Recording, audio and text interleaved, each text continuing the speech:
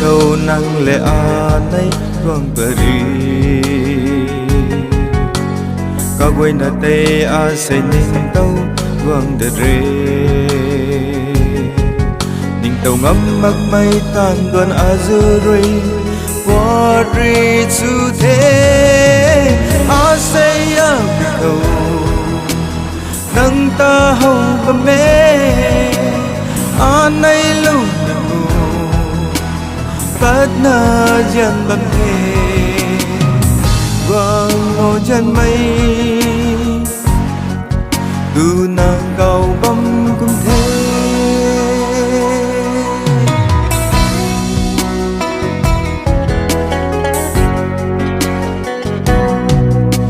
xe lần xin mắc mây cay con a khơi thâu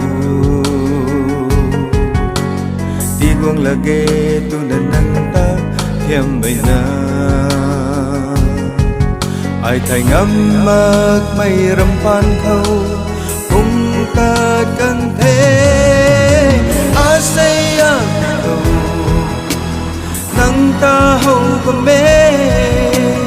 a nay lúc phát na dần bầm thề vang ngô chân mây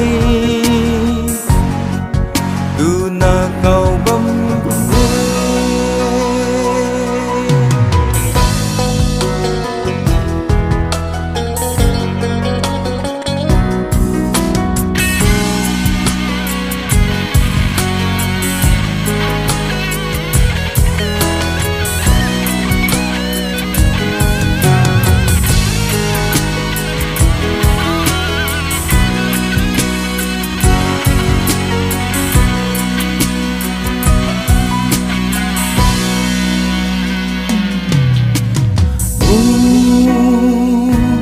cây thuy lá ghê can cùng can mây ta